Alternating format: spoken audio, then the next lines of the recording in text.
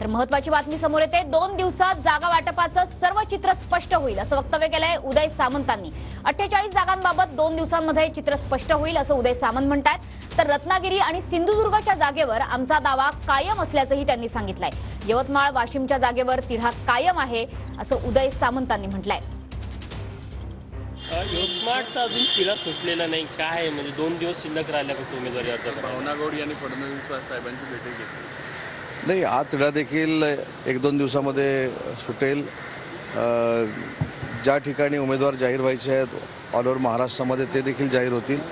आणि सगळ्या जर आपण विचार केला आणि सध्याचं वातावरण जर बघितलं तर एकनाथजी शिंदेसाहेब, देवेंद्रजी आणि अजितदादांनी जो संकल्प केलेला आहे 45+चा, तर नक्की आम्ही 45+ होऊ असं वातावरण महाराष्ट्रामध्ये नक्की। काही ठिकाणी बंडखोरीची शक्यता। सिंधुदुर्गबाबत काय महायुतीचा उमेदवार असेल आणि जिंकेल। तुमचं असेल की कमळावर? मी सांगितलं स्पष्टपणानं की त्या ठिकाणी शिवसेना मागच्या वेळी लढलेली होती।